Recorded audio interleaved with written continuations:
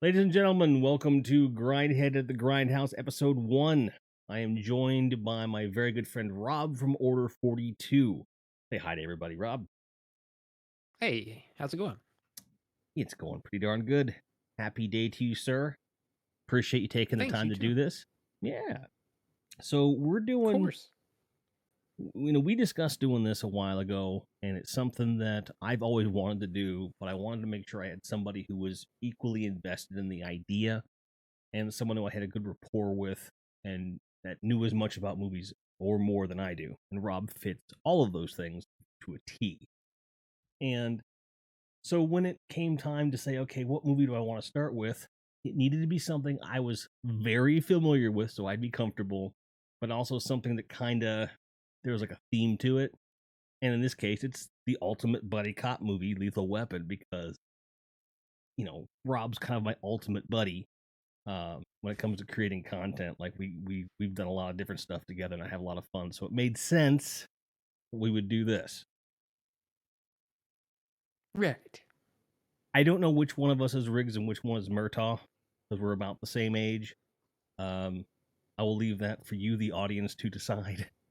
Um, I want to be clear that we are watching the theatrical cut of this film. There's a lot of director's cut versions out there. We are going to discuss aspects of that, but we are watching the theatrical cut, which is the only one that's available for streaming. It was on HBO Max, and as of the time of this recording, it's on Showtime. So if you're watching from there, you'll be fine. If you're watching on a home copy, make sure you're watching the theatrical version of the movie. Now, to sync up, it's going to be as easy as I can make it for you. After the Warner Brothers logo begins to fade and goes to black, there's an audio cue where the song goes boom, boom, boom. That's where I paused. So when you see Warner Brothers start to fade and you hear boom, boom, boom, pause, and then press play when I tell you, and we'll be okay. So just like Lethal Weapon, we're going to go on 3. 1, 2, 3. And we're going to get this playing. So have your movie all synced up and ready to go. And press play in 1, 2, 3. There's something about the font on this movie that just makes me feel warm inside.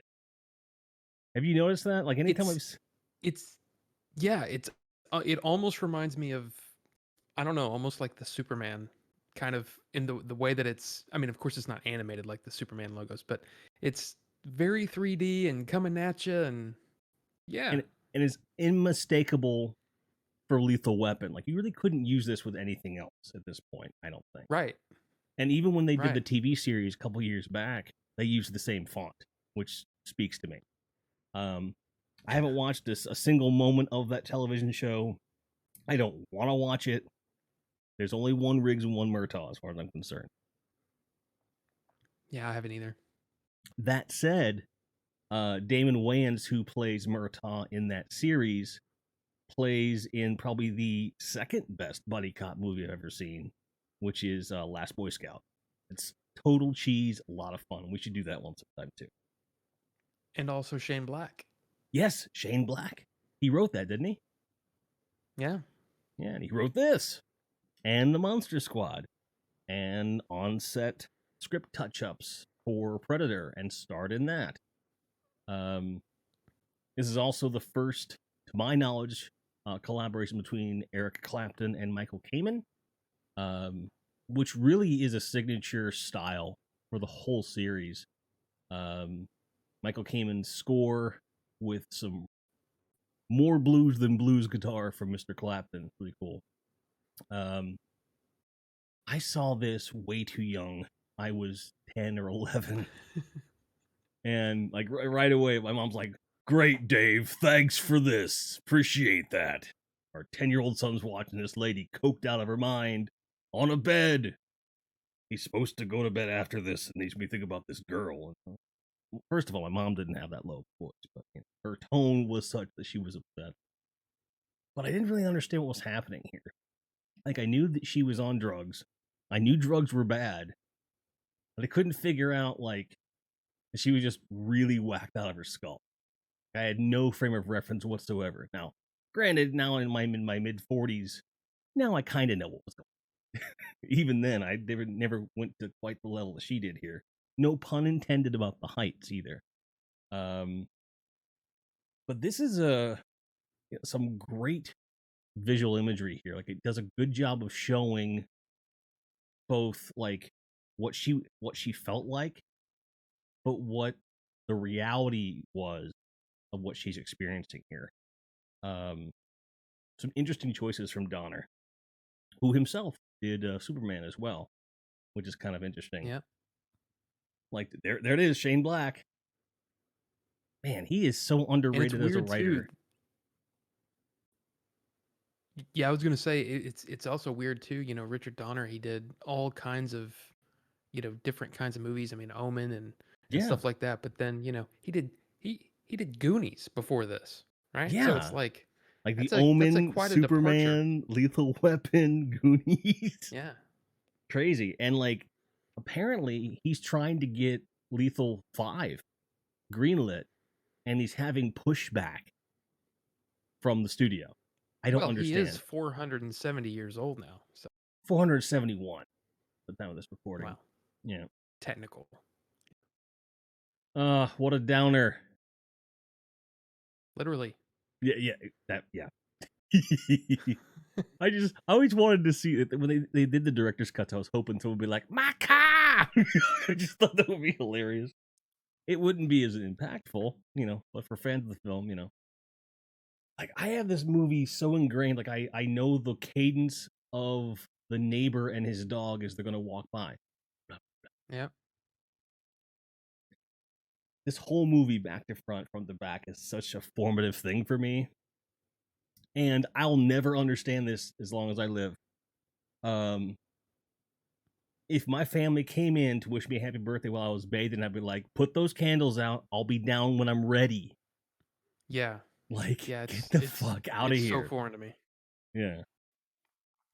Like, I don't Now understand. see, as a movie lore dork, I tried to find this house.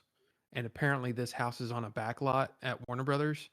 And the house that's next door, especially like in that last picture, you know, that dolly shot down or the crane Yeah. shot down, the house next door was where they filmed Bewitched. So kind of What? interesting. Yeah. That's a crazy coincidence, man. Yeah. Yeah. Oh, See, and the I love that kind of sax. stuff. Saxophone, dude. Ugh. It's a It, staple. it really I mean, you is. can hear that and know exactly what movie's on. I just love this entire movie, everything about it. And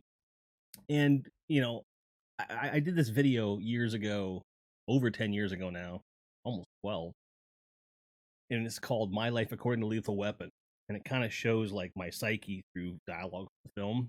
And I kind of Yeah. realized over the years that I kind of identify with both of these characters a lot on different days. And it's Well, I think that's part of the, you know, when you're right. writing characters, I think that's it's important to, you know, it's almost like I mean, you know, some authors they I have their love whole that. I've done yeah, that without meaning to. Where you're like, I'm the big awake. grunt. Like, yeah. I think in his case, it's a character choice. You just be like, you're still alive. Gibson Right. butt, doggy treat. Now, I've never, ever in my life woken up, gone to the fridge, and got a beer. Never in my life. I I've never been in a situation like this. But, you know, hey, true, there you go. true. It's just And kind of like, I mean character-wise. yeah,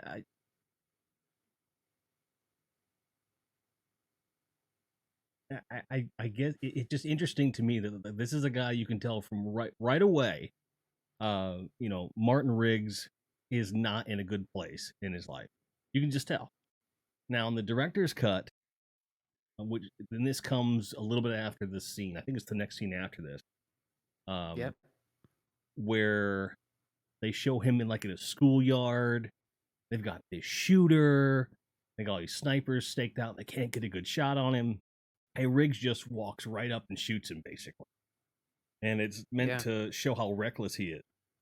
And it's like there's better ways to show that through the context of his actions throughout the film, and it's better, more of a slow burn to a certain degree. So I'm glad they cut that scene. Well, that and some of the performances from the other characters is a little wooden and weird. Yeah, it You know, just like there's a cop, like a dead cop lying on the ground, and another cop goes, "You know what? You're reckless, but you're pretty good." It's yeah, like, it's what? tone deaf. It's tone deaf, Yeah, and it just doesn't work. no, I have a feeling that was notes from the studio of them saying we need a scene that establishes, and Right. But I love how there's like this recurring theme with the Murtaughs that the wife can't cook very well. Like the whole like this whole subplot about her like apparently toxic cooking. And I it's just a nice little touch that makes everything feel real. Like you're getting to meet all these characters in an organic way that pushes the plot along. Without someone just jumping, into the frame and them saying, "Oh, look, it's my daughter." It's right. And right here, he's a goddamn heartbreaker, and because he's just like, "Oh, I gotta deal with this shit." But then I also like that the immediate next cut you see he's got a shotgun. It's subtle, but it's there, Happy birthday, Raj. This is good. Yeah. Yeah, I love that. It's just kind of like, huh? Okay, so Hey, this is interesting. I don't know if you know this. Dixie, right? The prostitute right there? Yeah. You know that's Mary from Total Recall, the three-breasted woman. Yes, I did know that. With a That's slightly crazy. There's a lot of that in this film. Like it's kind of like, you're hilarious. Just I don't know, man. There's a lot. Like the thing is, for as many actors that are in this that actually are in other things, as a kid, I was mistaking people left and right. Like this actor here, who is not named, I forget the character's name. I always, for like 2 years, I thought it was the android from the original Alien because they look the same. Because in my head, Hollywood was so small, kind of situation. Clearly, it's not him. But as a kid, I thought it was cool. He looks familiar though. I can't place. I where couldn't I've seen tell him you before. where. Yeah. And then where do we start with this guy? Jeez, this is the movie that I knew him from. And I always think of him as Michael Hunsaker. His name escapes me half the time. But then when I saw him in like Creep Show and Night of Creeps and all this stuff, I was like, "Oh, that's Michael Hunsaker." Like that was where Halloween 3 and stuff like that. Right.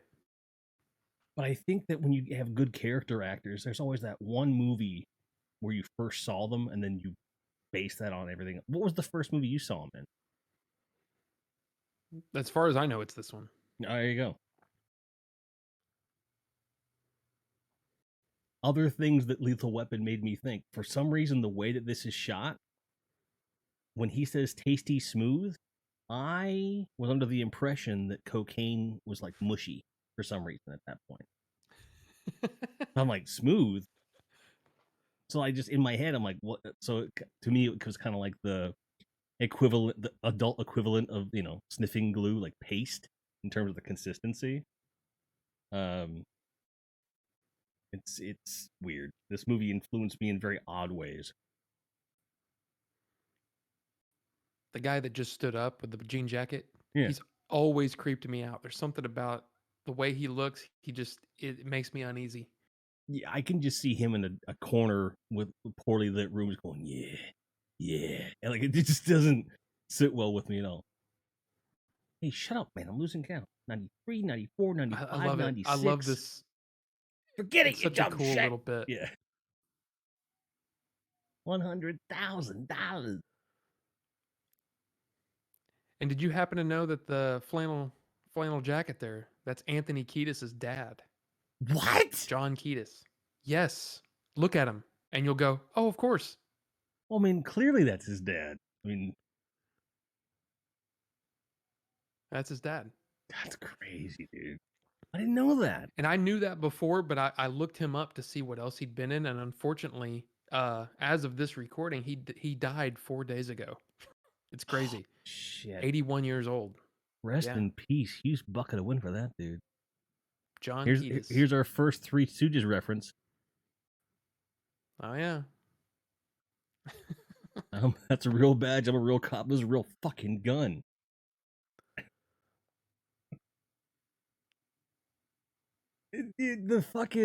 The telegraph we did with looking like if you'd have just kept your cool, movie would Yeah. be over. Yeah. No Yeah. franchise. But no, the guy's like, oh, look at these eyebrows going up, pal. Oh, I'm in so much pain. Ah. Right. I love the camera work here because it really does kind of show that like you can hide in the field of trees in the middle of LA.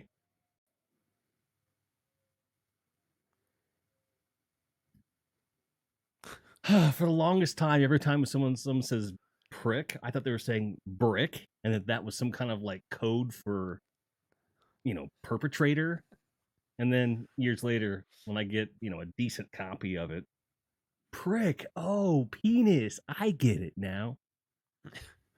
See just how much more elegant and to the point this is to show that he's out of his mind and willing to take risks. He's just saying, shoot the guy, shoot him, I don't care, shoot him, and then headbutts him and does it himself.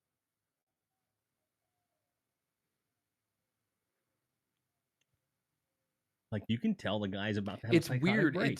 The way that's all of this is shot, it's very it's got that 80s grit, which is really, I mean, even if you watch this, I would say like in 4K, it's still like it's gritty. It's got that soft focus, that it's just, It it it, I don't know. I it is appreciate it. It kind of puts me in that time.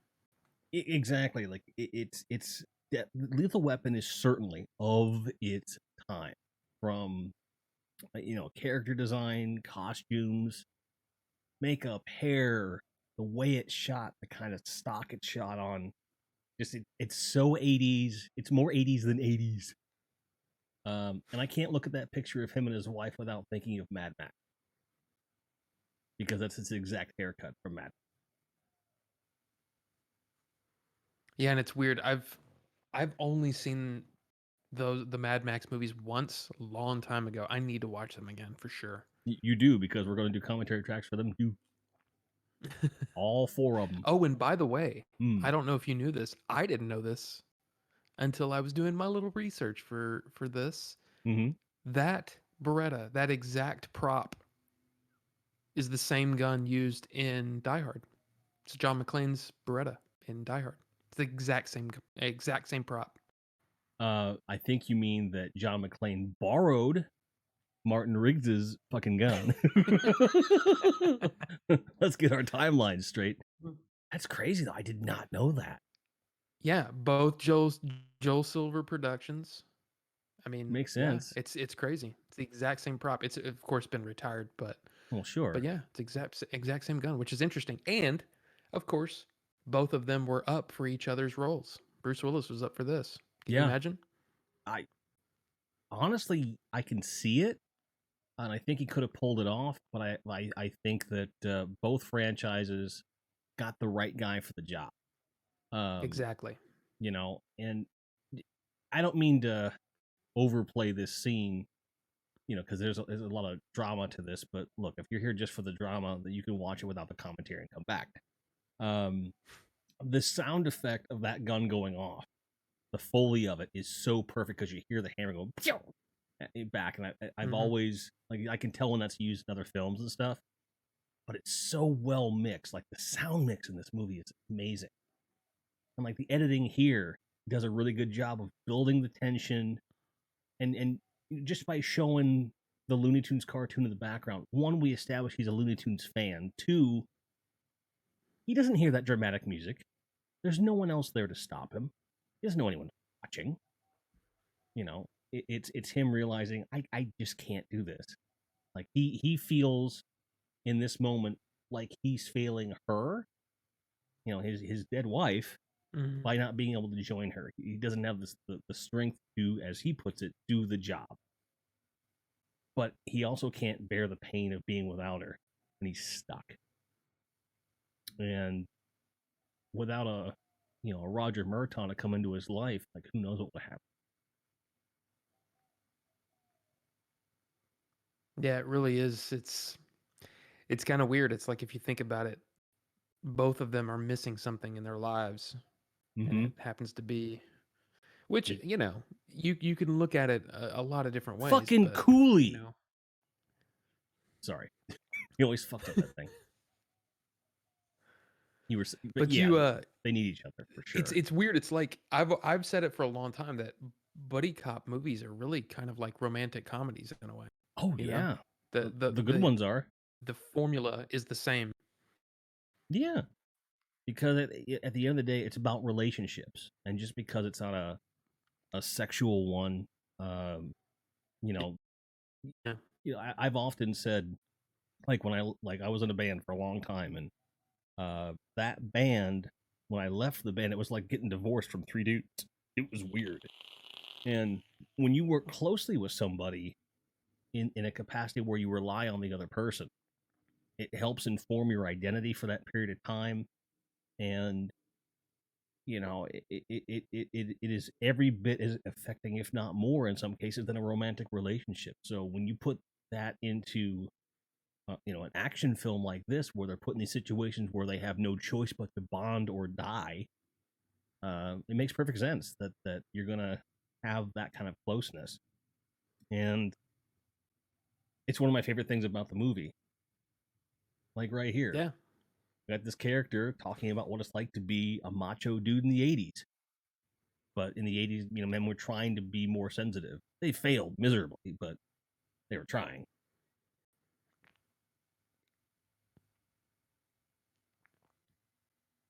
And I love the fact that like this character here comes back in the second film, has a slightly bigger role. Like they carried over like a yeah. big part of the ensemble as the series went on, which I think is to its credit. A lot of these action sequels, you don't see a lot of the same characters over and over again, aside from your main one. And in this series, always managed to make that happen. And also Agent Johnson from Die Hard, That's one of true. the FBI agents. That's right. Another Joel Silver production. It's Yeah, amazing the connections there. absolutely. It's funny too. Richard Donner uses a lot of his, the same character actors, almost as, like the captain. The captain, he was in Superman, Yep. the movie. He's in Goonies. Mary Ellen Trainor, the shrink, she's in Goonies. She's the She's the mom in mom. Goonies. I mean, Yep. it's I'll have a T-shirt of this moment. Love it. Raj, meet your new partner.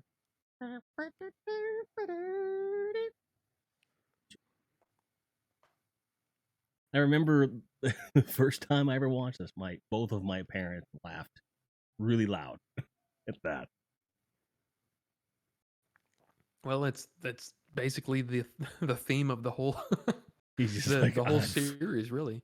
yeah, because he's like, I thought I was through all this shit, but this is like one of the best ever shot expository dialogue sequences in history, in my opinion, because they're getting to know each other in an organic way.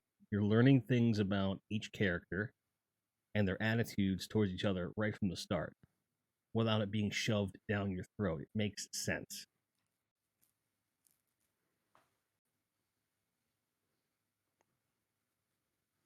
No feed jam.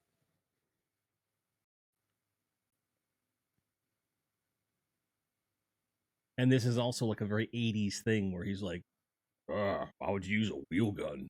Get a Yeah. magazine like me, a clip."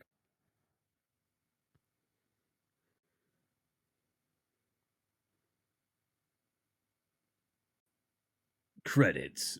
Hey, that's the name of the movie. You're right.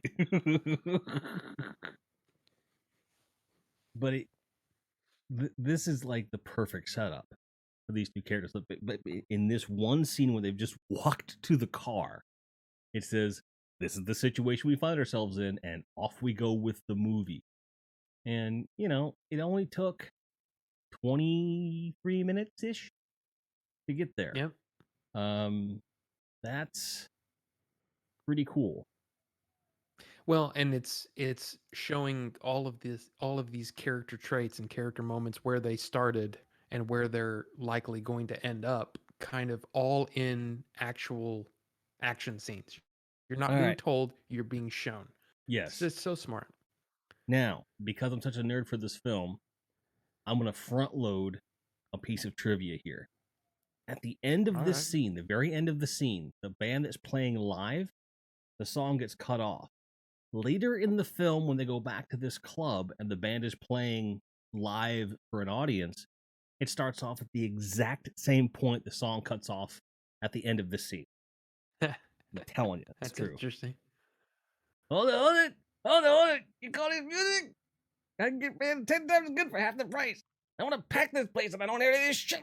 Let's get it right. I hear that guy in my head every time. Like, I would say that at rehearsals all the time, and they were like, "Why do you watch Lethal Weapon so much?" And then you got this guy's a great character actor. He was in The Hidden, Full Metal Jacket with a full-blown Pittsburgh accent, like, "I'm going downtown," and you can hear it in his voice here. Bullshit. But of course, pre-accident Gary Busey playing a psychopath, and now he is a psychopath. Little too bit on the nose. But this scared the shit out of me when I was a kid. And it's just a cigarette lighter. Crazy. Now here's okay, look. This kind of blew me away a little bit for General McAllister here. Yeah. They were looking at Lee Marvin, Bruce Dern, James Earl Jones, and Robert Duvall. Really? The thing is, James Earl Jones in this role would have been amazing. So would Robert Duvall. Would have been amazing. It would have had a totally different feel. It could have worked. That's the thing about all of those, though. It's like every time you hear some of those, sort of what if scenarios. Yeah. I mean, it could have worked for sure, but man, who knows? And I mean, all the different actors that were up for Gary Busey's role as Mr. Joshua there. Mm-hmm. I mean, that's a crazy list too. And what's interesting to me is that this is a guy who deals in heroin and has likely seen some stuff, right? And with a cigarette lighter, General McAllister is just like, this is the real shit.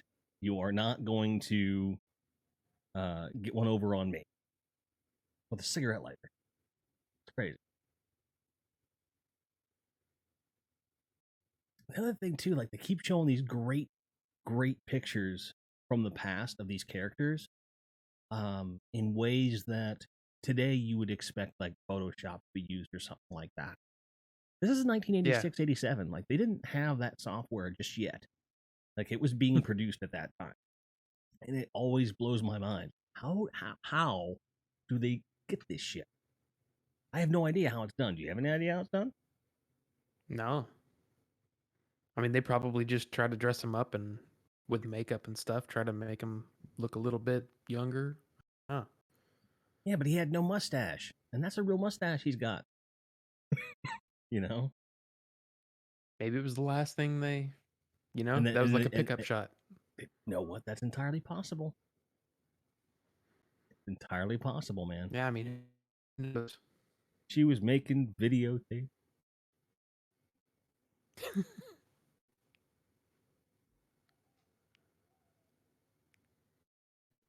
I mean, where is this place?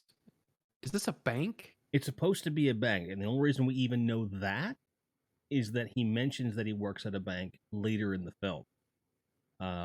It's a pretty big fucking bank, dude, because when he goes to leave, it's like the front of a department store, and it's got a TV and shit. Right. It almost looks like a... Yeah, there you go. Okay, so Like, this is a wide open space. yeah, with big windows. And granted, I've seen banks like that before. Sure. Um, Well, but that's not that wasn't my concern. The concern is him just yelling.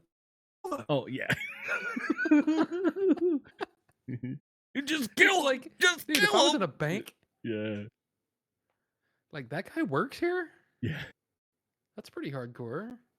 Can you imagine like the next person that comes up to his desk after this exchange, just being like, "Hey, Mike, Can you want a cup of coffee or something?" yeah, it's like he's like, "Hey, I it looks like you've had a rough day, but can I consolidate some of my accounts? And even that lady's like, "Oh, he just said he wants. I'm gonna go over here." And Yeah, even you would Rick, think that there would be no movement in the background. They would all just be staring. yeah, but you can see some of them, like the lady on the right there, were just like, "Whoa, Right. I didn't know Mitsubishi's even made TVs."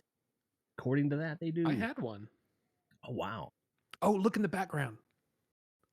Look at the Lost movie Boys. thing. Yeah, yeah, yeah. So That's that's good. Joel Silver's movie too.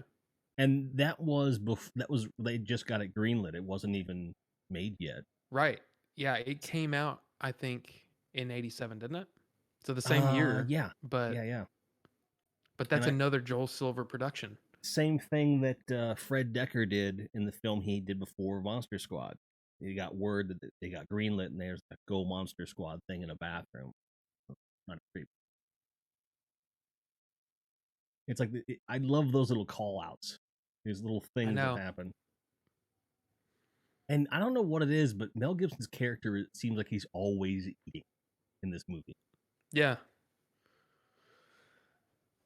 So, mistaken case of identity number 2. This jumper guy, for some reason, I always thought that he was the Johnny character from the first Mad Max film because they look very similar.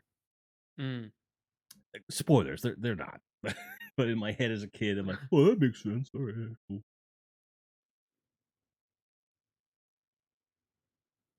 No guns, no jujitsu, just get him down. That's a great ad lib right there. Roger, what? 10-4. Oh, little character There's a moment. lot of those. There's a Tons. lot of the little dialogue, little quips. They're really really good. Shane Black, man. You get the right actors with a Shane Black script. He doesn't even have his hand. I was gonna. Who are you? And I think, technically this is one of the things that always has irritated me about this movie is all of the ADR. Mm. It sticks out really bad to me.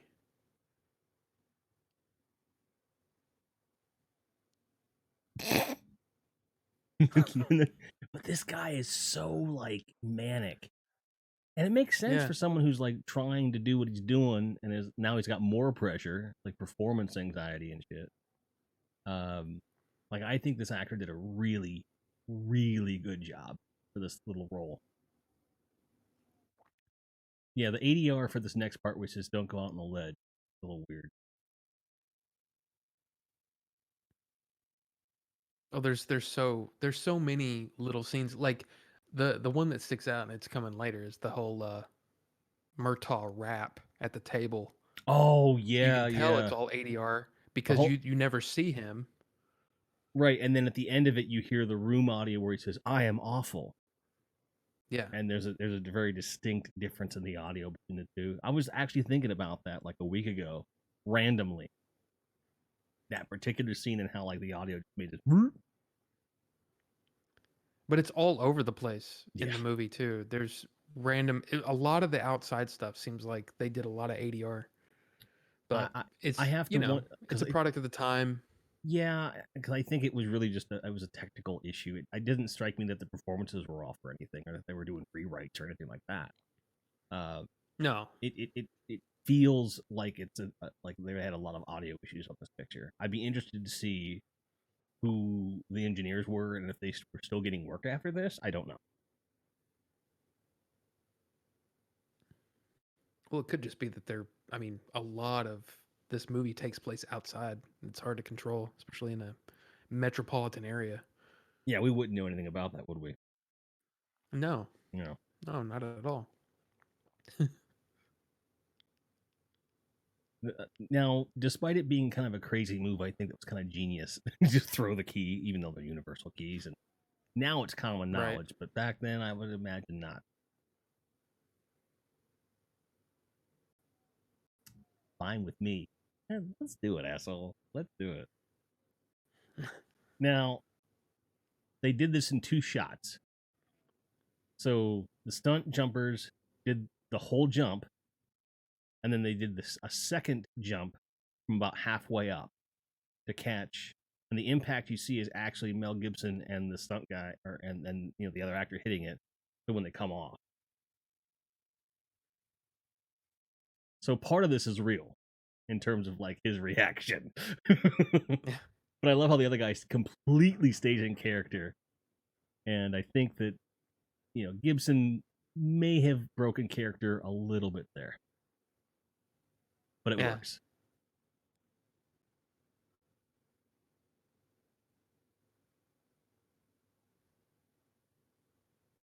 This is interesting because again, it's expository as hell, but it also is, indicative of their character relationship,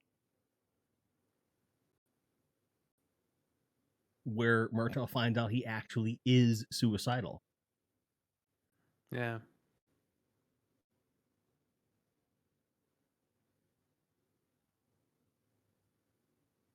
And this might be the very first time he's actually admitting this to anybody. And even though it's a huge argument and just a huge conflict piece for these two, like, I have to imagine that this is, in a way, the beginning of Riggs's catharsis out of his suicidal behavior. Yep. He doesn't realize it. It really is just wonderfully acted by the two of them, It's just so good. Because on the side of Murtaugh, he's like, I'm sick of hearing about this. I'm sick of this bullshit. I need a partner I can count on. So either be a good partner or get out of my way. And then now this is when he realizes, oh shit, what have I done? There's fear he's going to do it, but you can, in his eyes, you can see he's like, I don't want this.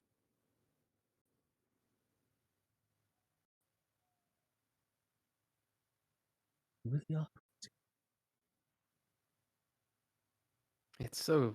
And then immediately goes to get something to eat. This is the best. And then watch his face. And it just turns off just like that. It's so good. It's so fucking good, dude. And he's left holding the pieces. And Riggs is like, eh. Cell phone product placement. I read that this was actually the first time that a mobile telephone ever made it on screen. Like, this was like one of the first models available. So yeah, outside of a car phone, that's correct. That's nuts, man. Yeah, and then when he goes to carry it, like, look how heavy the fucking thing is. It's crazy. Yeah, like a damn suitcase. It's nuts. Is that another? Like a is damn that car battery? Yeah, pretty much. You're right. Look at all the grease coming off that bag. Whoosh. Very 80s.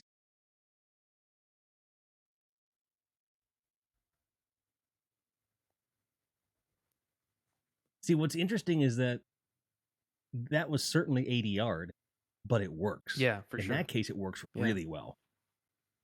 And then again, now we're reversing, we're flipping the tables. Now Murtaugh's giving away a bunch about himself.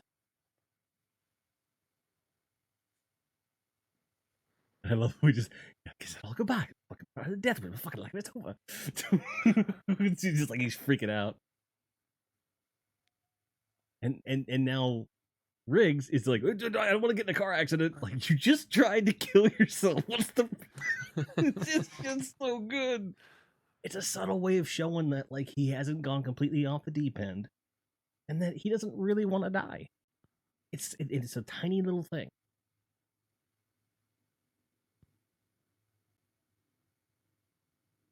I don't know. The way that they both open up in different ways Yep. to each other is just it really is nice to see, and it's a slow it's I mean, if it was planned, It I wouldn't mean, work. it's just really really well done, and I'm sure it was planned, but I mean, there's it's so hard to get that right, you know, Yeah. for somebody who's, you know, brand new to a character. You know, like I'm talking about the audience. They're, you know, we haven't seen 4 movies of them in this. You know what I mean? It's so well done. Yeah, and I remember specifically when they announced that the sequel was coming out, like because it was a few things. One, sequels were still not that common at that point, Yeah. and also like I had no way of knowing as a kid that this movie did as well as it did. I thought it was just a one-off, and it was going to be that, and that was fine. And on top of all of that, yeah, as a kid, a year is a forever. So 2 years later felt like oh, they're bringing him back. It kind of felt like at the time the way it felt when like Star Wars was coming back. Like there's no way, I thought this would never happen. But it. I have different feelings about the sequels, and we're gonna go through each of them as we move along. But I'm glad that they exist. And again, nice little exposition, nice little plot device right there. Don't need a warrant without an invitation. That's perfect. It's like, well, there goes me criticizing that move. Yeah, there's like almost all of that is 80 yard, you know, Oh no, clearly. but But again, just that doesn't one. sound. But you're right. It doesn't sound natural, but I don't ever see any lip syncing problems for the most part. Yeah. So in that sense, it's masterfully done for what it is. Clearly 80 yard. Yeah.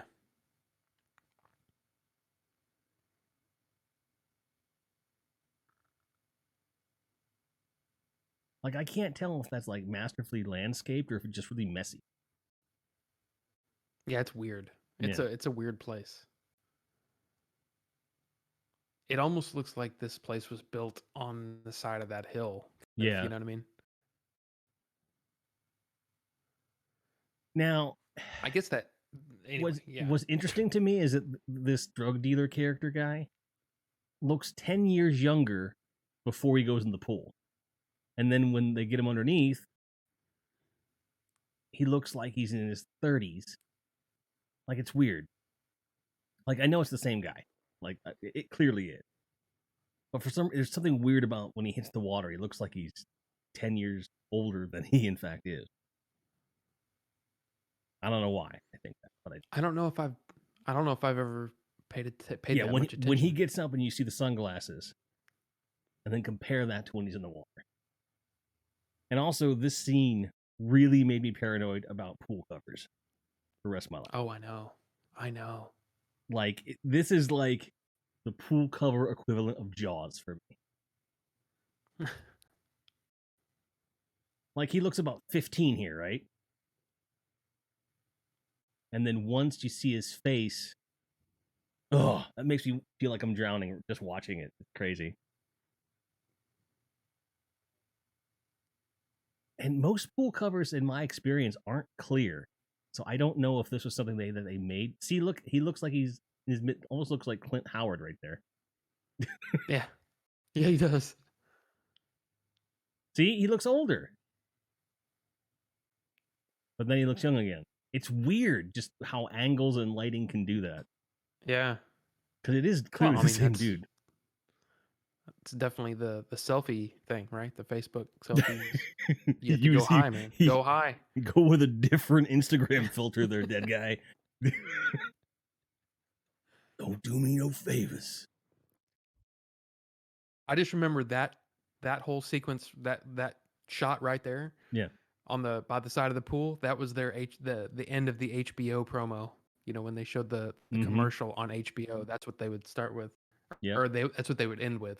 Now, we're talking Lethal about Weapon, 8 p.m. on Saturday. Yep. And we're talking about like how it influences you. Like that Alka-Seltzer commercial is burned in my head from this movie. Yep. I didn't like it was later sold as like a cold medicine. I didn't know it was originally meant for like indigestion and stuff. But because of this film, I remember that. I am a Alka Seltzer guy, not an ad. Hashtag not sponsored. Right. Yeah. Hashtag I just like it.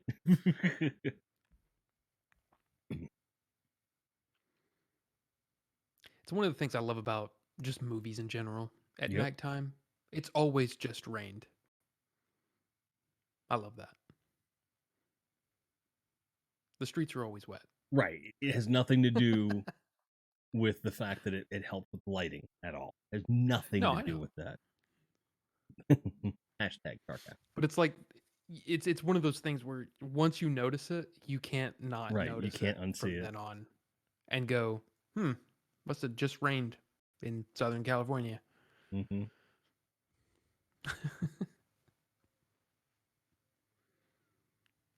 I'd be a sensible dad, you know? And this is, again, you get to you're introduced to all the different characters in the family in a different way. But it also feels like a real family, too.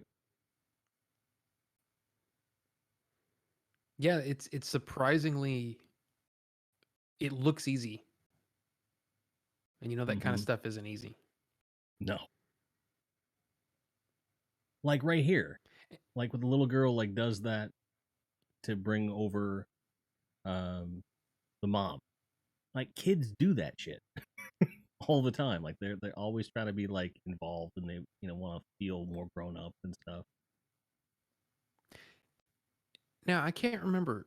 Is there a story reason in this one that there's basically the hole cut out of the wall there and he's holding on to a 2x4? Um, there's Like, is the remodeling happening in. I there's don't an remember them ever yeah acknowledging it in this one. there's an inference that there's stuff at work. But he Hmm. doesn't say definitively at no point. You're right. But then in the second one, they it goes into a lot more detail with it. What I would say is that um there was probably something they were going to say, some kind of dialogue was cut or something. Because in the second film, I guess to establish that it's clearly in the set, you can tell that they're remodeling. There's no two ways about it. But in the second one, it's a lot more explicit, and they use it as a nice little plot device too. Yeah.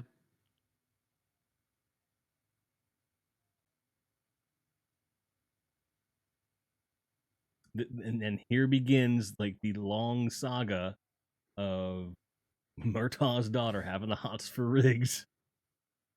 And here's the best ADR ever.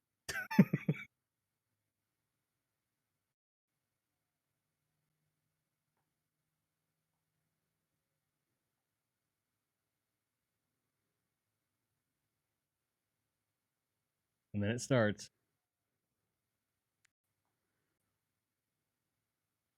Wow. It's so bad.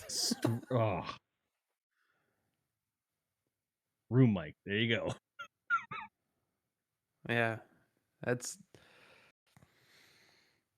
And then little character things. Hey, Sarge, thanks for taking out the garbage.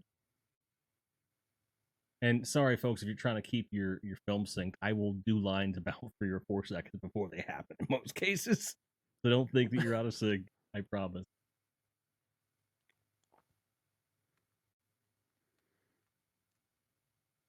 Now much cost. Just Yeah. every line of this. I'm It's. trying not to just recite it because it's such an but it just shows they're in different places in their lives. Murtaugh is a family man. He's working very hard to preserve what he's got. Whereas Riggs he had everything, at least he thought he did, and he lost it, and he's trying to regain a sense of himself or his bearings. At the same time, they're going into the investigation, and you're seeing actual police work while they're having beer.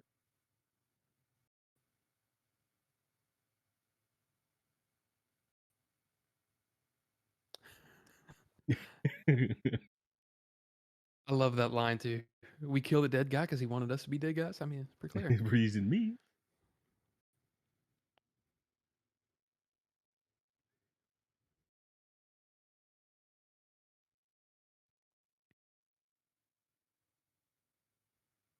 What's wrong with meat? I like meat. I don't know why he does this.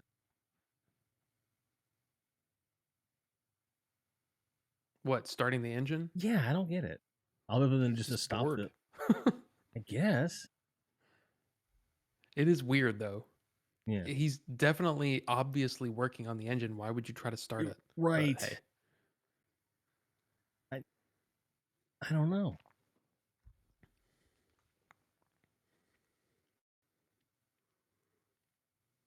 Going pits in his face? Those are dimples. You can see through his head. The answer is no. End of story. And then this whole time, Riggs knows that the daughter has like a thing for him, and he feeds it. It's hilariously creepy. It's very off-putting. Right. Because you It's figure, weird. It's definitely weird. because Riggs at this point is old enough to have been in the Vietnam War. So let's assume for the moment that he was in the tail end of it, which would put him in like 74, 73, 74, 75-ish, you know? And in this, it's, 86, 87, which gives it at least 10 years. Meaning, if you're being really generous, that puts him at just shy of 30 or at 30 at the time that this movie was made. And, Rianne is 17. She's, not far from graduating high school at this point. That's crazy. A 30-year-old man going like, Yeah. hey, you should be able to smoke pot if you want to. Well, yeah, I know I'm cute. It's a little weird. Well, he's okay. So Murtaugh's supposed to be 50, right? Yep. Hmm? Danny Glover's 40 here, Right. and Riggs is supposed to be 38, and Really? Mel Gibson is 30. Yeah, that the character is supposed to be 38, which would make him, like you Much said, that creepier. around that time frame, he'd be like 20, 23, 24 back In Vietnam, when the yeah. Vietnam War was over. And he even says right here when he was 19. There you go. Yep. Rifle shot in high wind. So I'm gonna tell you something I've never told anybody. And I guess I'm telling everyone who's listening to this as well. When I was in the Marines and I was up for rifle qualifications, long distance, 500 yards, with iron sights. When I would step up for practice and for the actual qualification, I would say that entire scene to myself. That whole anecdote. 19 years old, got starts out, rifle shot, I wind, winner, guys broke that shit. And it calmed me down. And once again, Mrs. Murtaugh, shitty cooking. There we go. And that's how he's like, well, it was good that we agree that her cooking sucks. We are now friends. Now, I have a question for you from a writing perspective. So when Hunsaker is telling Murtaugh earlier in the film that his daughter was making these videotapes that he's about to see, I kind You of mean feel those like pornographic videotapes. Yes. Pornographic videotapes. Yes, those. I feel like it would have made more sense to like not say pornographic. And then suddenly he just puts his tape in and the thing. You know what I mean? Like I don't know. I feel like it would have had more impact. And since when does police evidence get like sent to your home? Because it is marked I don't evidence. know. You see that? Yeah. See, Maybe. that I don't know. I don't know enough about police work, especially in the 80s. I mean, things were a little different. Well, But maybe because I don't know if it was. I didn't see a postmark on it. Maybe just a marked up old whatever. it sure looks like either something he brought home from work or a Yeah. courier brought it over. Also, I want to know like how dudes that are like a freshman or a sophomore in high school or college rather can afford the waterproof lens that they clearly just used when they sprayed the camera with water. In the 80s. Right, exactly. Because on a camcorder, like were expensive enough. Those were like a couple grand. Oh, like at least $1,000 at this point. They're still brand new. But suspension of So what disbelief. you're saying here, Mm-hmm. when going back to your question, would it have made more of an impact if he didn't know that she was into Right, doing porn. porn stuff? Yeah, yeah. I don't know. It's just Yeah. a wild question in my head.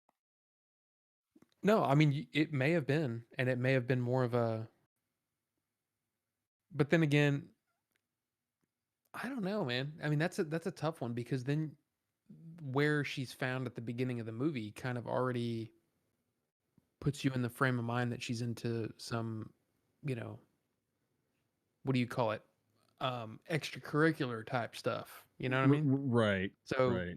it's not, it wouldn't have that same.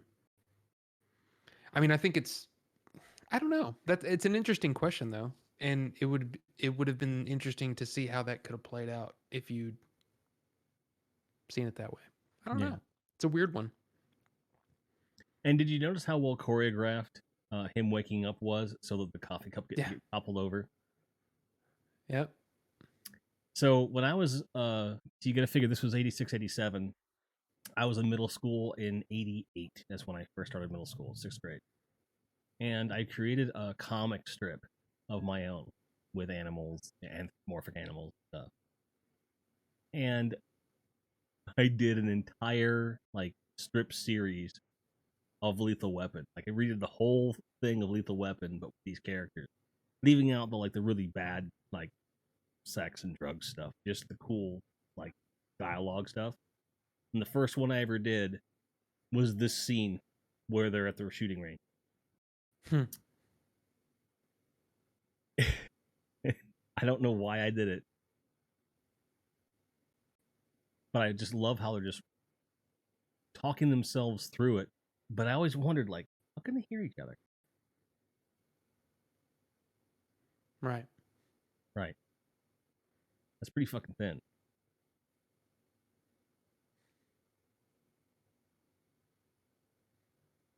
There it is. Cooking again. It's really good character building. And it's funny. It's really, really well done. And they're not just sitting there talking, they're actually doing something. And then All it right. shows you As, it's so smart. as a kid, I thought he was saying dinner mad, and he said center mass. For years, I thought it was dinner mad. Dinner mad. Crazy. This is also one of the By best. the way, I read. Yeah. Go ahead. Oh, go ahead. No, you're good. No. Say It's one of the something. best what? The you're gonna get the best version of the Foley for the Beretta. This next part. You were saying, sir. I was just gonna say that I read an interesting thing that the movie wasn't really hitting the box office until Roger Ebert did his review on the show on At the Movies with Gene Siskel, and then his 4-star review in, and it caught on, and people started going to watch it, and it became really popular. It just goes to show you So how much I just thought that power was kind of Yeah, interesting. it goes to show how much power the critics really had back in the day. Yeah. Here we go.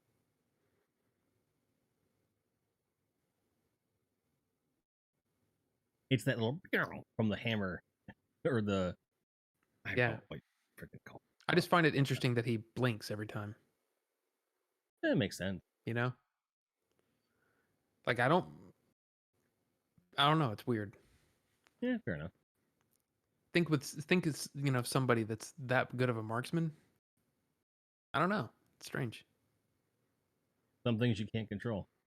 I also think that No, I know. the blocking of all this was really genius because it doesn't show the target, so you get that nice reveal Yep. of the smiley face. I want to know what all these kids are doing right now. Yeah. Right. Like seriously, like do they get together and like redo this scene at the bar or something? You're gonna buy sticks. Hey. Now you'll notice that the 3D glasses this kid is wearing have the ET logo on them, which means he's had those for 4 years. You know what I mean? They're an amazing shape for a kid that age. Having a 4-year-old set of cardboard 3D glasses. Yeah. I think the plane flying by is actually a really nice touch. Yeah. It just makes you feel like you're in a real world place.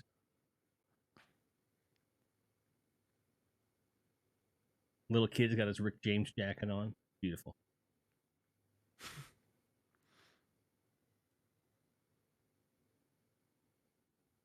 You know, for all the 80s-ness of this, that was the one of the few like that line didn't age well moments. I'm not going to repeat it. You know the one I'm talking about. Yeah. No, it didn't.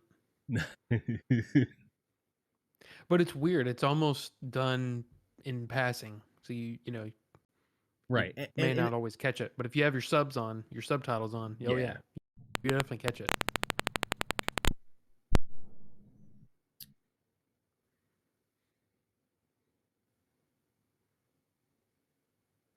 But it's definitely like a cultural awareness or lack thereof. Right.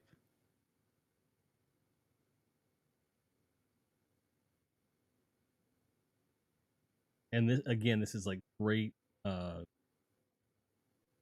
character development too. That kind of shows like what kind of stuff he was into in the war and what he knew. And Right. Oh yeah, just take that evidence with you. Just go ahead and yeah, it's yeah. totally fine. No, the bomb squad's not going to need it or anything. No, no. Nope.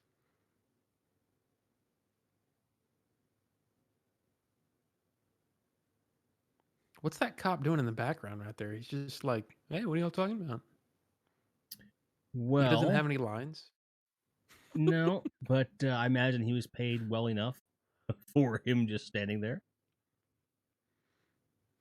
As soon do you see the ET logo on there yet? Maybe you'll see it in a Yeah. minute.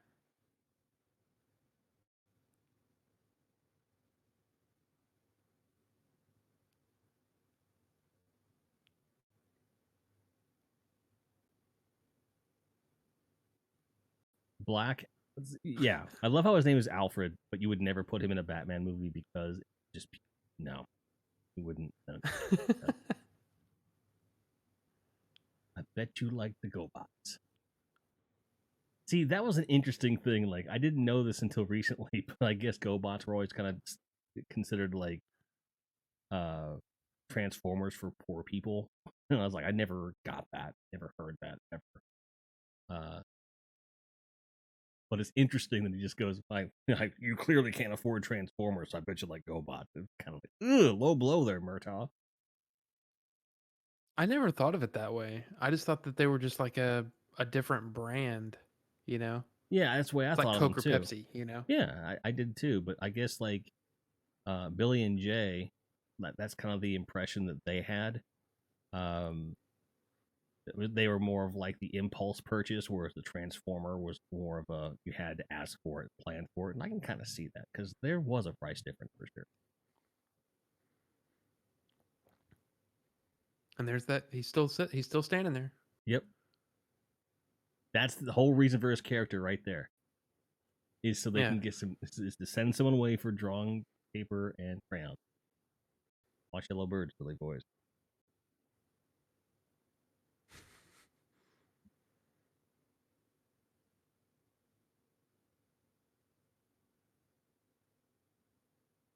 It's crazy. Like it's a great little actor. Like I get it that like when you have a kid that age, there's only so much acting that they can do, but he's very believable. Really, really, Right. really good little character.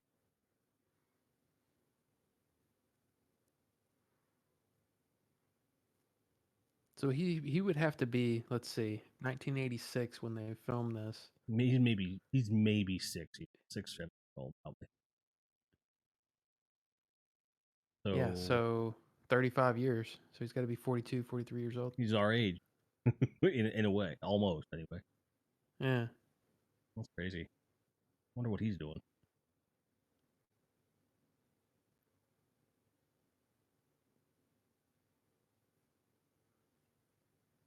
Now this is the one And piece of the lucky that plot. this.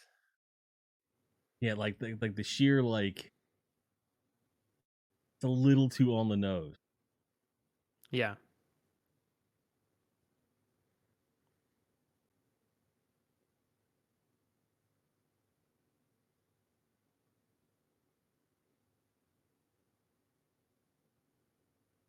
And Yeah, there's it's just a little too convenient, but it really is, but it's yeah, you know, you go yeah, with it.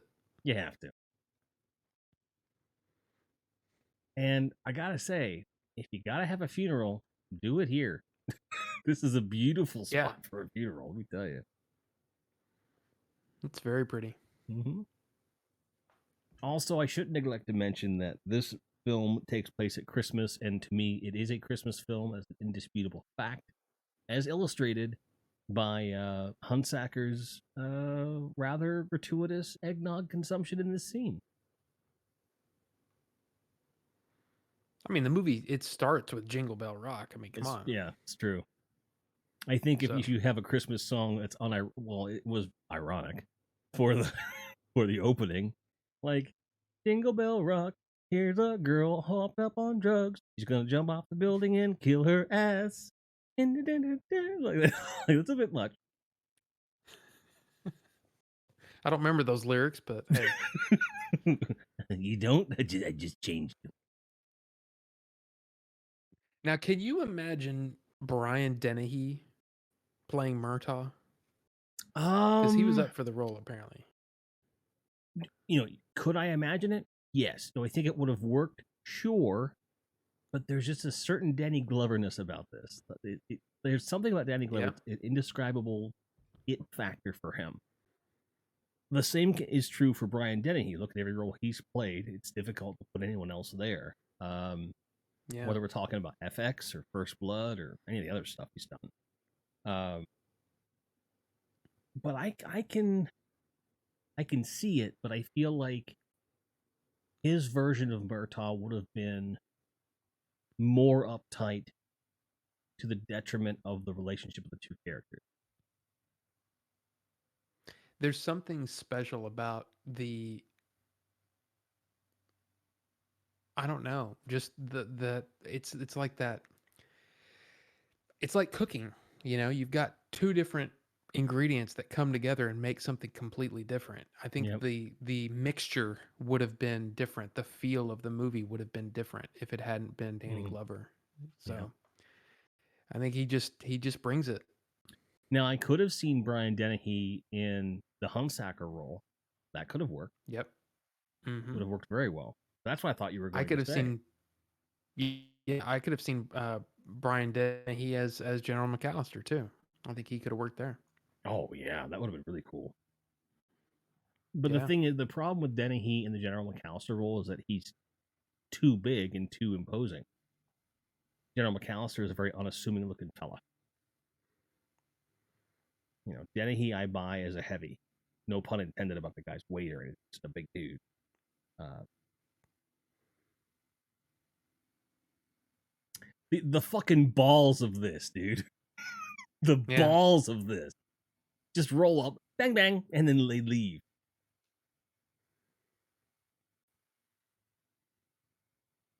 And that was low. Did you see how low that helicopter Yeah, was? yeah. And they came up from there. That's an insane shot. Like that's just nuts.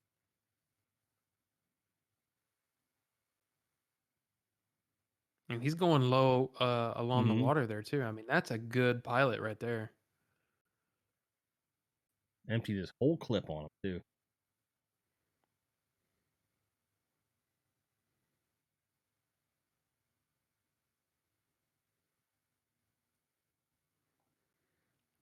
It's weird. You could almost imagine what they might have done if there was like a almost a John Wick type movie Yeah, with Martin Riggs. You know what I mean? yeah.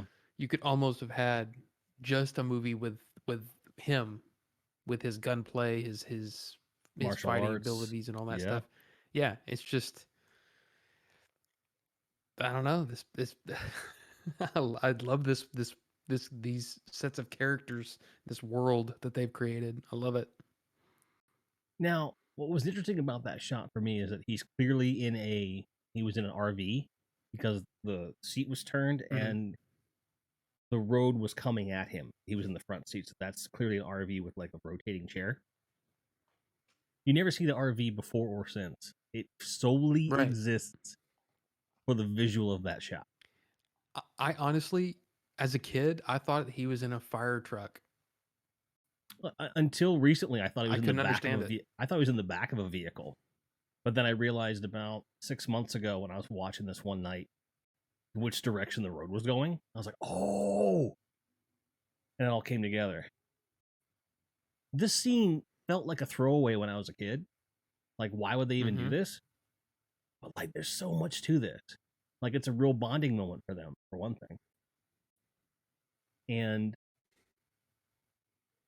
again, showing he's got the vest and the revelation that he comes to after. Like, they figure out everything's connected and stuff.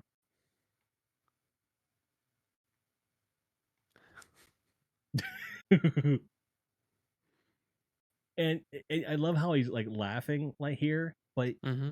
anytime you have like a really bad adrenaline rush like that, and you realize that you're alive, there is that little bit of like shaky laughter that comes. It's happened to me every time.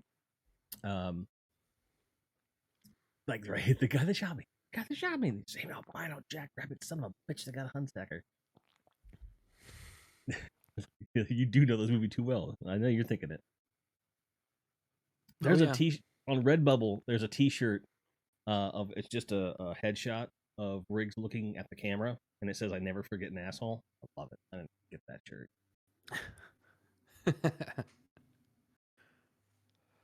That's one of the great things about Redbubble and any of those t-shirt companies is when they have the not the oft repeated lines, the kind of the deep cuts, Mm-hmm. I love that.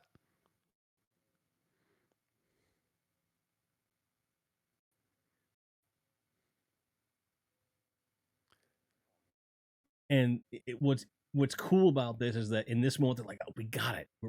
We can take care of this. Like we have a plan," and then everything changes again. Yeah, this is yeah, Set up and this payoff. really moves. Set up and payoff. Yeah.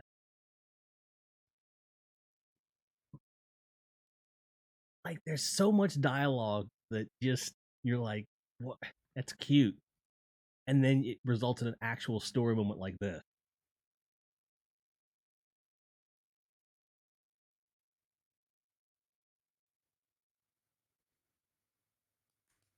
It's like you said, like the pacing of this film is perfect. There's not a wasted frame of film and not really any throwaway dialogue either. Not really. Everything serves a purpose of building character, providing levity when you need it, drama, whatever. Like this is, it's easy to look at this as just a quintessential '80s movie with some action in it, and it is that. But it's just a good story, a really good story, and I think that's what so many of uh, the movies that came after it trying to capture this, they didn't hit everything. They might have gotten the action right and some of the comedy, but they didn't get the relationships right. Or they got the relationship right, but the characters themselves were kind of whatever. So you don't care about the relationship. Or they just Yeah, it's tried too damn just hard. Yeah. supremely well paced.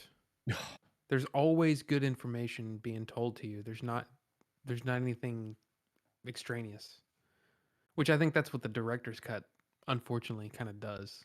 It kind Yeah. of adds. Yeah, it's all it does. stuff that's like, it doesn't It matter. takes all the pace out of it, and it stop starts everything. Yeah. Like the movie takes too long to get going, and then it just kind of loses it. But really, with these director's cuts, it's like one or two very small scenes that just get inserted back in, and they're completely extraneous, which is why they were cut. Hey, you remember phones that you had to plug into the wall? Yeah. Been a while though. Yeah. Now look at Riggs's face when he hangs his phone. It's always struck me as a weird choice.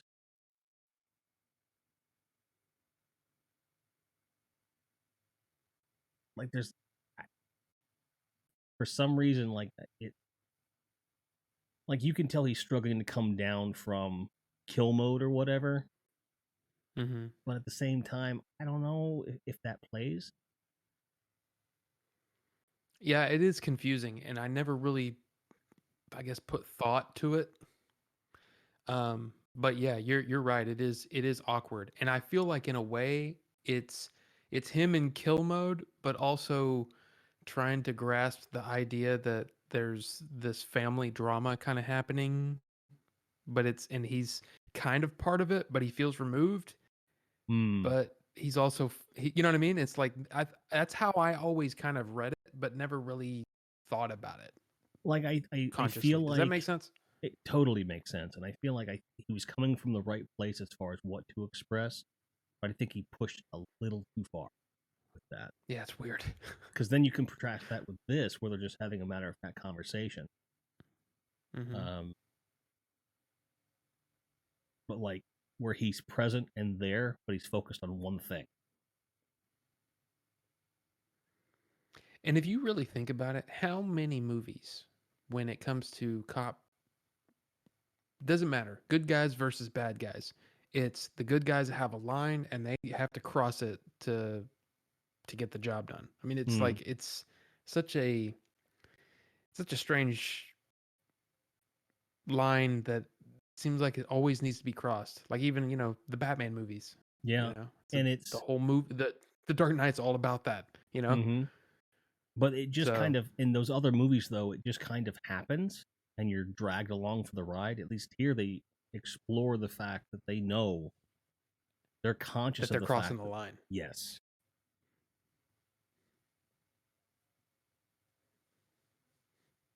that's a weird place to focus. Why not focus on the picture?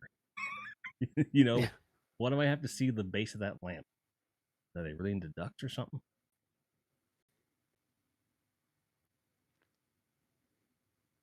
And I understand the reason that they're meeting out in the middle of nowhere, but this is really out in the middle of nowhere.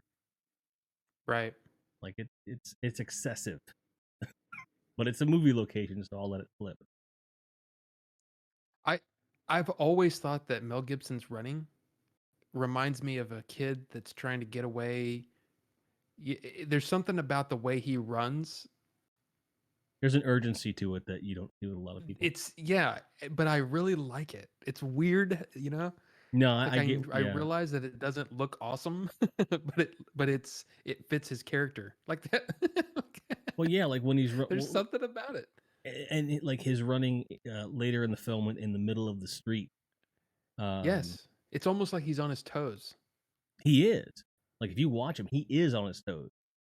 He's doing a full heel toe, uh, almost like a cat. I always love the image of like these three vehicles are just shrouded in a cloud of dust, and then Yeah. when the helicopter goes off and the dust starts to settle, it's just an interesting shot composition, and you know, I imagine that this is something that Donner kind of composed along with the stunt coordinators or whatnot. Because on the page it probably says they meet in the desert. You know what I'm saying? Um, Right. so like this is a really, really, really visual, and just you get used to like the heat distortion here, and it's just really beautiful. And I imagine it in 4K is going to look great. I haven't seen it yet in that format, but like this is one of I've those always movies. thought that this Yeah. Mhm. was a weird place where, although it is visually striking, it's Mhm. also, it seems long. Like this takes a long time It does. to happen. When I was a kid, after like the first maybe 10 times that I watched the film, I would always fast forward to where the doors opened. And then even maybe like And this basically, shot, yeah. I that's think not an easy shot right there to get. no, it isn't, because you have to deal with all the shadows and everything else.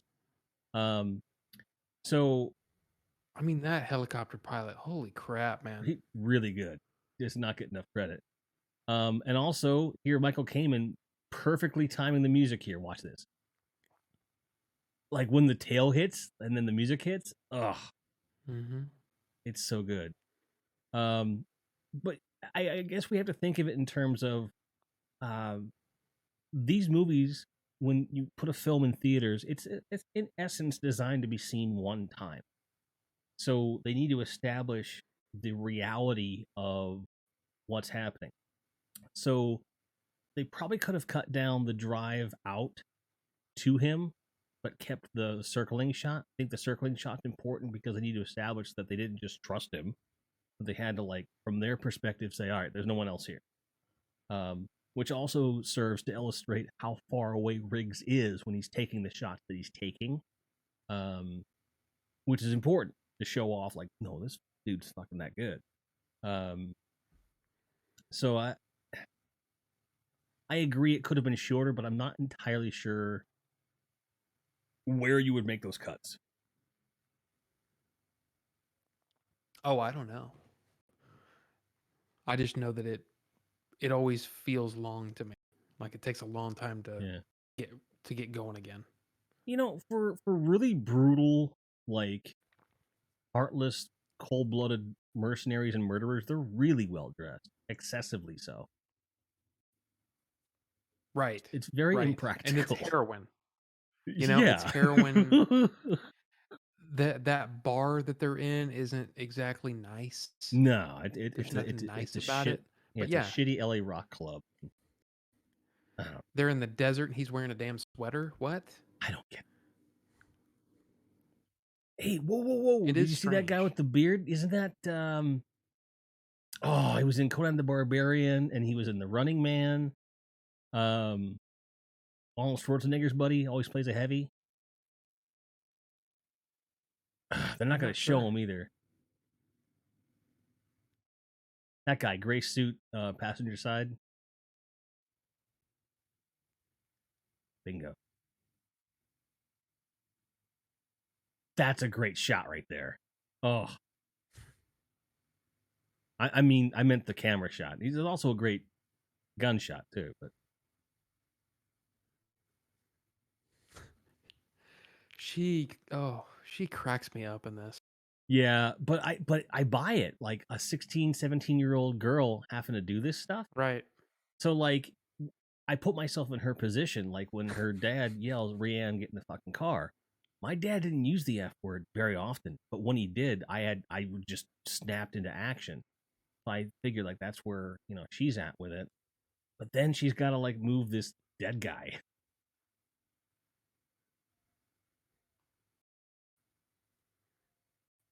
Yeah, and how far did he have to be to not Yeah, be right. seen by Riggs? I don't.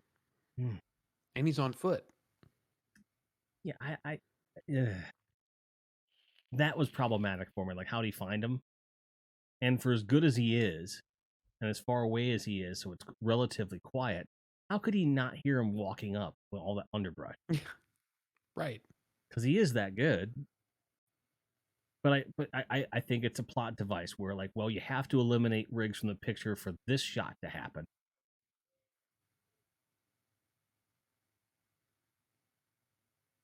You imagine how much his arm hurts? Pretty bad, I would have to say. Ugh. I also think it's kind of fun. Again, acting stuff, right? Danny Mm-hmm. Glover's 40 here. Mm-hmm. And Tracy Wolf, who plays Rihanna, right? Isn't that her name? Mm-hmm. Right? Rianne. Is that her name? His Rianne. daughter? Mm-hmm. She's 25. Yeah. The actress was 25. Yeah. So it's just kind of strange. He's only 15 years older than she is. Yeah. But still old enough to be her dad. Right. Right. It worked. But he's supposed to be Once 50 again with and this she's supposed to fucking be like helicopter 17. pilot, man. Look at this. This is good. Like, it's insanely good at what he's doing. And Yeah, that guy is really, really good. he's just a great pilot. We should find out who this is, because we're probably gonna spend a few minutes before we do Lethal Weapon 2 just talking about the helicopter pilot of Lethal Weapon 1. And the way To that be able to do this kind of stuff safely. Yeah. And also, like, the editing is really good here, because she's not in the car for all of that. So, like, the composites of her, yeah, really good.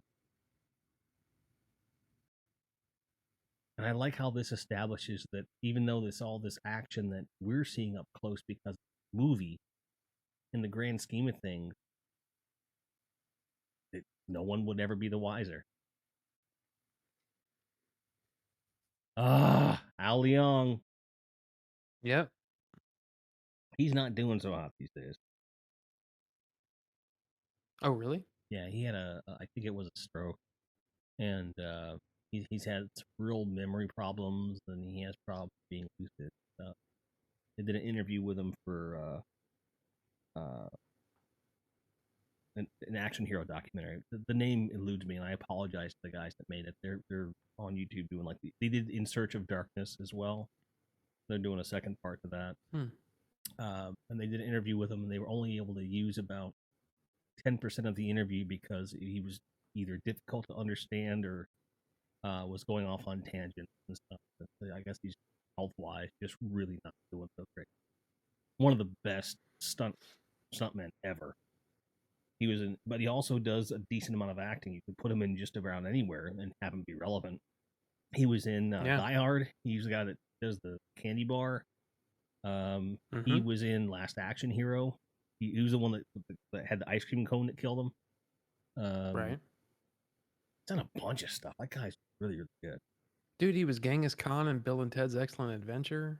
Yeah, he was definitely he was in Big Trouble in Little China. I mean, dude's, yeah. Got a great career.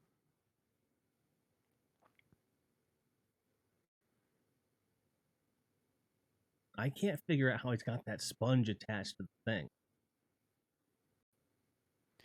It almost looks like to me like one of those toilet bowl cleaners. You know what I mean? Yeah, okay. Where it's got just a little. That's what it looks like to me, but I mean, who knows? I can't imagine what that feels like. Like, I've had electrostim therapy. I don't. But the water I've always loved Gary Busey. Ah, man, he is a really great actor still. Because there's certain roles he's done since that you're like, oh, he's still in there somewhere. But I think his career was unfairly cut short because of that accident.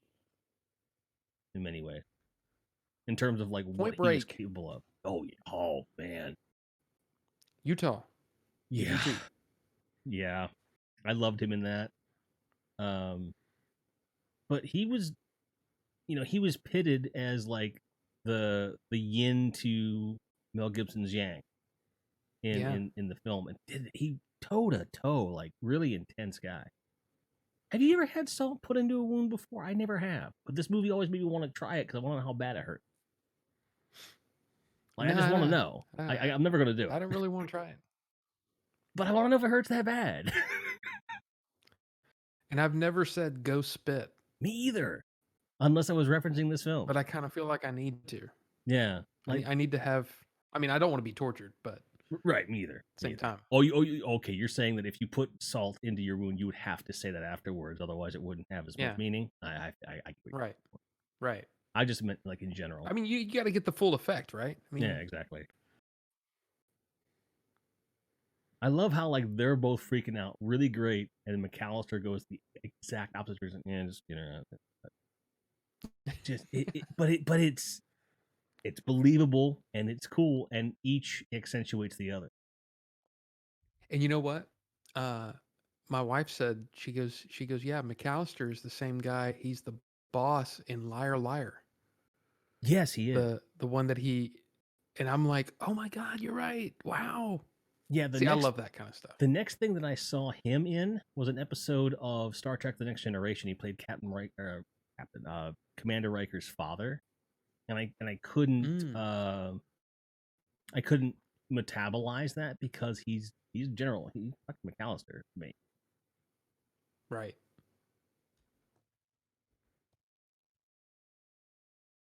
Okay, this is a little bit too on the nose.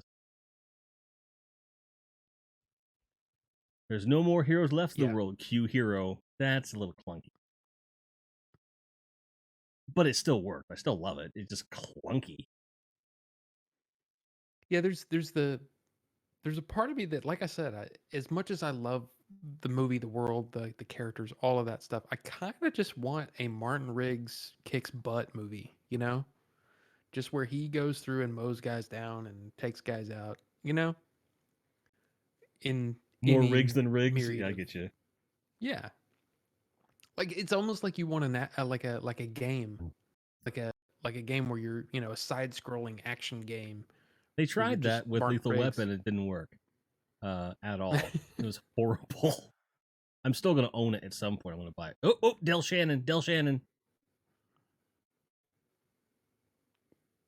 Who's Del Del Shannon? Shannon.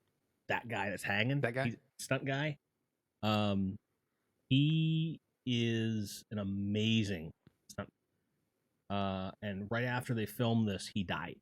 So you'll notice in the credits, it'll be Mm. in memory of Del Shannon.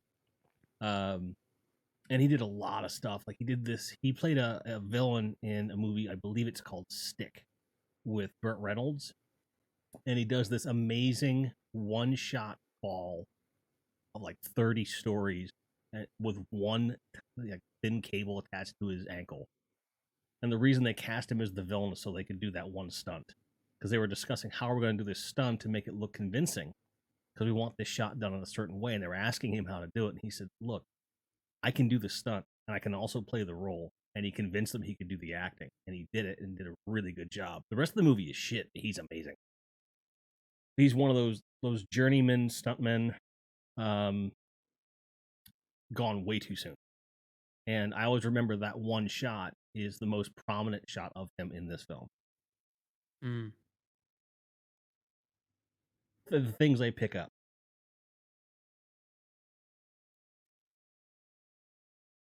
Oh, and for those of you that are not of the 80s, um, I love this. When he gets into a different car later, and he says, "Mind if I test drive your Audi?" That was a Yeah. commercial line at the time. So it's really dated.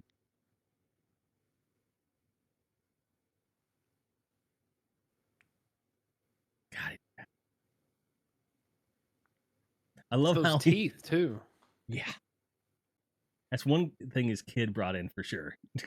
His kid has better teeth than he ever did. And there are parts of me that wonder if Jake Busey had his teeth capped to look more like his dad, because he knew like the recognition thing. You know what I mean? Right. And say what you will about the Predator, but bringing Jake in to play who was inferred to be his dad's character's son, pretty balls off.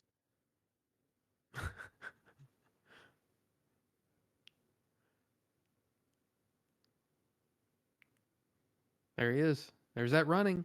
Yep, like a jackrabbit.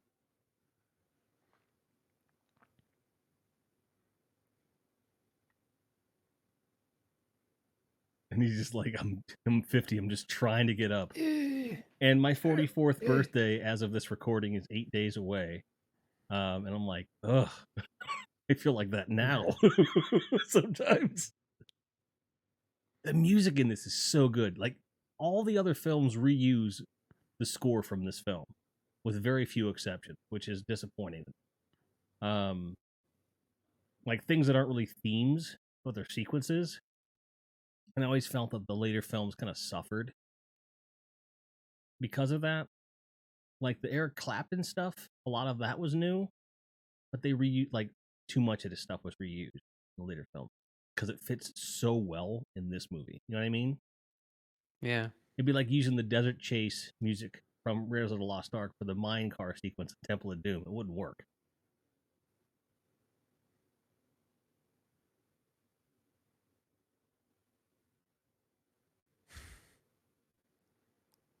I remember when I was a kid, I was like, "Oh, he's dead." Okay. Right. No. Then he gets out. Could you imagine? Get back in your car. Can you imagine that shit? That'd be hilarious. It's like, I was just trying to help, buddy. And the way that this is cut together, it did a great job of showing just how much running he had to do just to get there.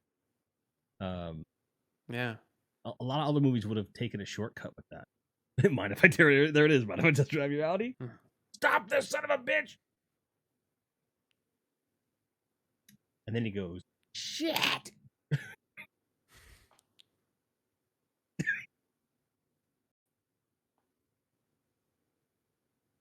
Get back, fuck.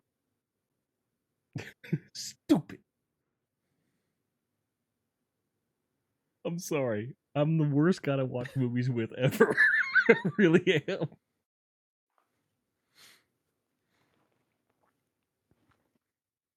Like, okay, if that's in the I back of never your car, understood.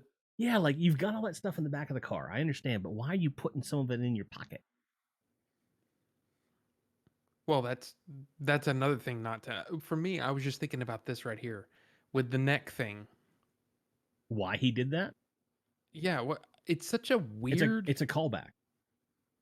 Well, I know, but I mean, and he's, but I just don't get it. Like, what is it about that makes you? Oh, it's time to focus, or I don't know. It's such a weird tick kind of thing. You know what I Well, mean? It's almost like a character tick. well, it is. But I guess from my standpoint, like my thought process is, you want to relax when you're taking a shot, a precision shot like that. And maybe that was his way of relaxing and just a physical reminder of, okay, you need to aim, focus, and all that stuff. I agree. It's a little overdone. Oh, by the way, the bus just hit the car. One of the best automotive stunt shots I've ever seen. We just we're like, eh, whatever. This is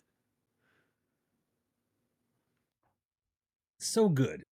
It's like subtle because like he is staring at like he caused his own death in on so many levels here.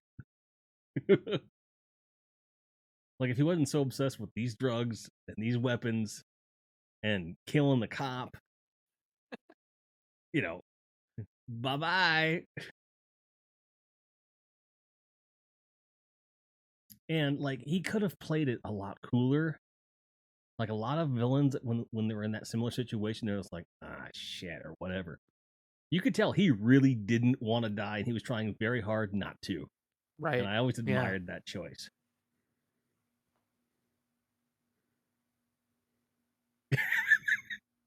You ever hear me say well shit? That's where I got it from. Stole it. Straight stole it from him. Well shit.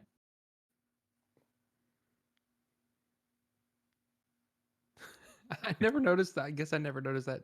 Don't breathe that in. You'll see You get to pink be big elephants. What? yeah. Hey Sarge, I'm coming to in your car here. Just the pacing.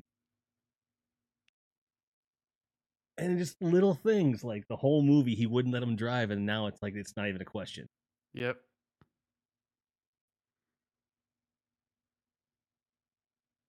Man, it missed a they could have called it WD-40 instead of 3W30.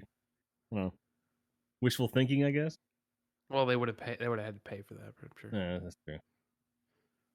Yeah, because the WD-40 Empire is you just don't want to mess with them. It's like Pringles in the Ghostbusters film that was like it's free advertising for Pringles. Like, no, that's product placement you didn't want to cop to. This guy always reminded me of a newscaster. Excuse me, sir. Can we help you?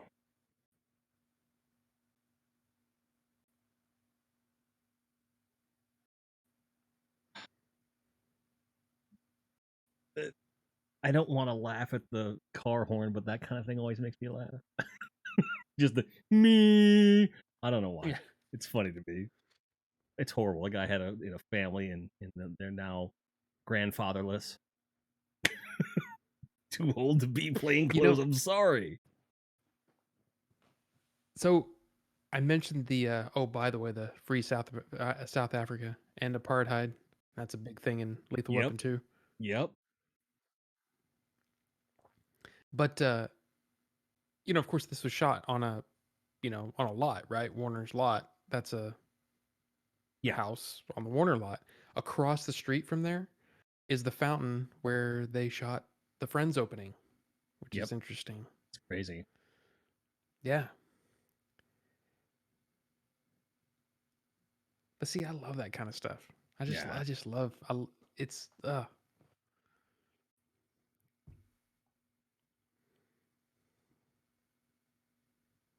Ugh.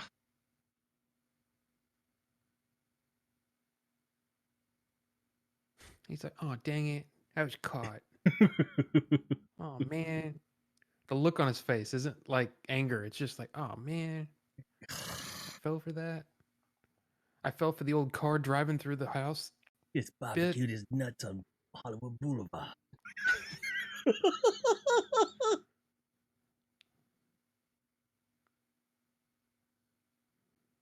When I advertised this on Twitter, you saw I used this GIF.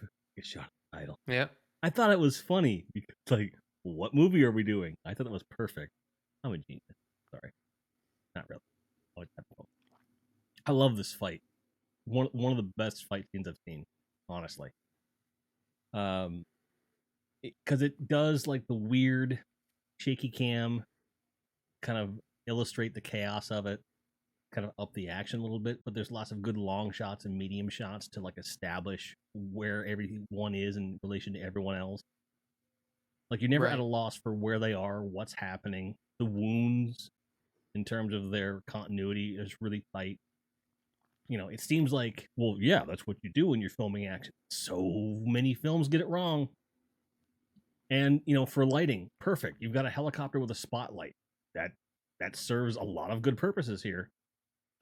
It's some pretty masterful ways of solving problems of filming something like this. And you don't think about it until you're removed from it enough from having seen the film so many times to go, wow, this is really good filmmaking. Yeah, and I was reading about this too. They shot this over 4 nights. Yeah. Took 4 nights to get all of these shots, Oh, I bet. and they actually cut it down Oh, I bet. from. I mean, they said it was pretty long, and then of course all the different what is it? What do they call it? Jailhouse Rock. There's what is it? I don't know how to say it. Capiera, is that how you say it? It's uh Your guess is as good as it's mine. some sort of.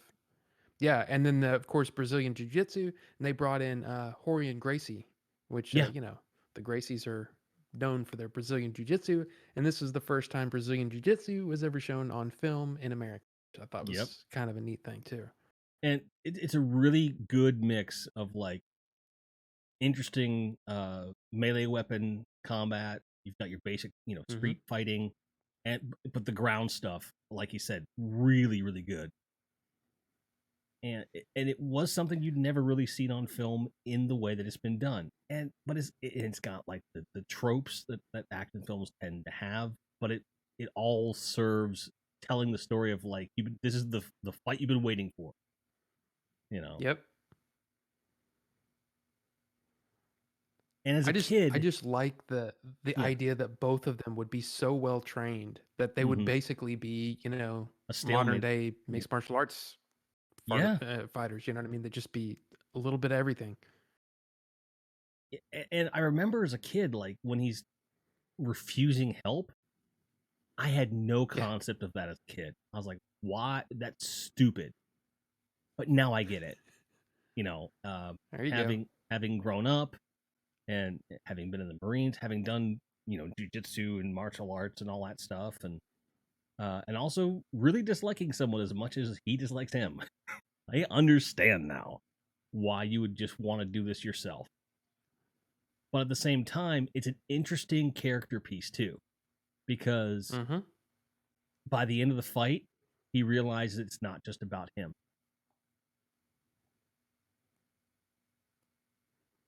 And at the end, he says, it's not worth it. You lose.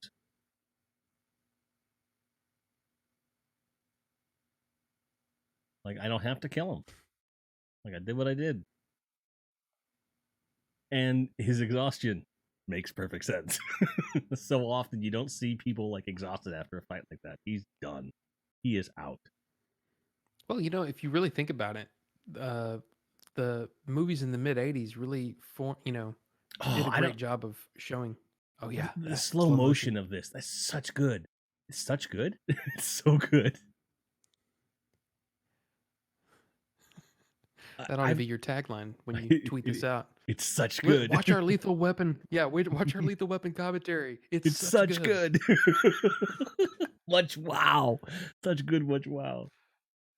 But it's also very reminiscent of Die Hard, the end of Die Hard as well. Yes. Same producer. So the ADR thing, that's the one place where the lip syncing was off. When he goes, "Oh, I got you." Yeah. It's off by just a hair. But here he is, visiting the grave of his, dearly departed wife. Shows a lot of care and great continuity with his wounds. But it's him just kind of putting closure on it.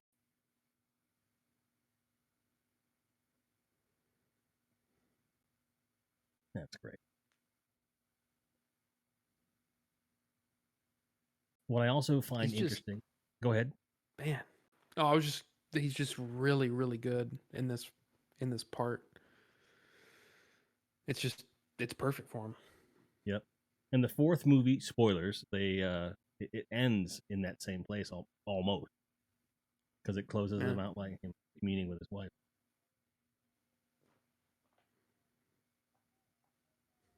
I like that juxtaposition. Hey, I'm fine. And his cuts all over his face. He's beat the fuck up. We killed a man on your front lawn. Did you know that?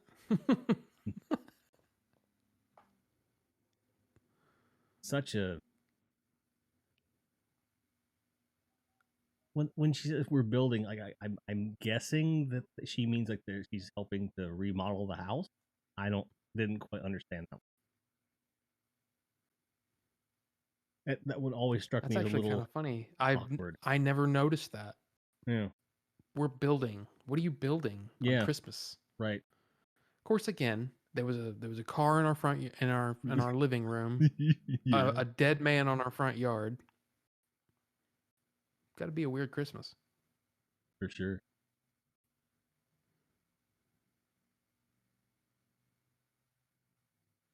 I'm not crazy. Really good movie moment. That's what I'm trying to say.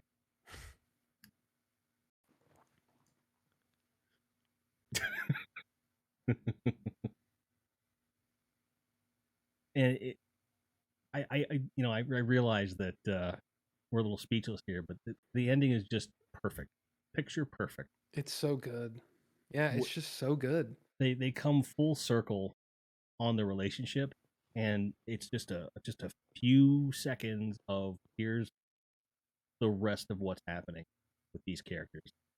Even if you never got another movie after this, they're going to be okay. But the second one opens with them very much in their element. Kind of crazy. Yeah. And here's that font again. So this movie is 34 years old now. Yeah. Is that right? Yeah. Yep, 34. No less good. And man, that zoomed by too. That pacing is no joke. I know. It flew. It really flew by. Yeah. In Burbank. There you go. Dedicated to the memory of Dar Robinson. I had the wrong name. I'm sorry. One of the motion picture industry's greatest stuff. Dar Robinson. Massive respect. Del Shannon's someone totally different. Dar Robinson. So my deepest apologies for getting his name wrong, and may he rest in peace. Look him up. There's some great. There's like a half-hour made for TV documentary about his stunt work.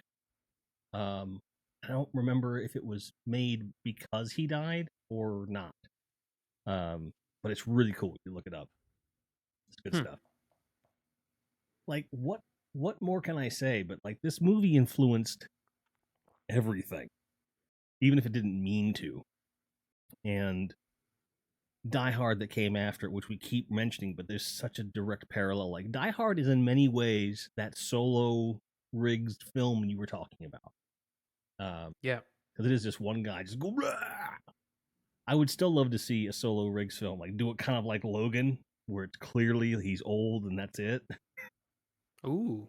You know, Yeah. and he's got a kid now, wife and kid again as of the end of Lethal Weapon 4, and the purported plot for Lethal Weapon 5 is supposed to be really dark. I don't know if they're going to get to make it, but I'm curious to see what they come up with. But that was Lethal Weapon, man. I don't know. It's great. I fucking love that movie, man. So good. So One of my good, much favorites. wow. Such good. Such Yeah. good, much wow. That's what that. Yes. Well, folks, we want to thank you so much for listening to us two idiots ramble for the last almost 2 hours.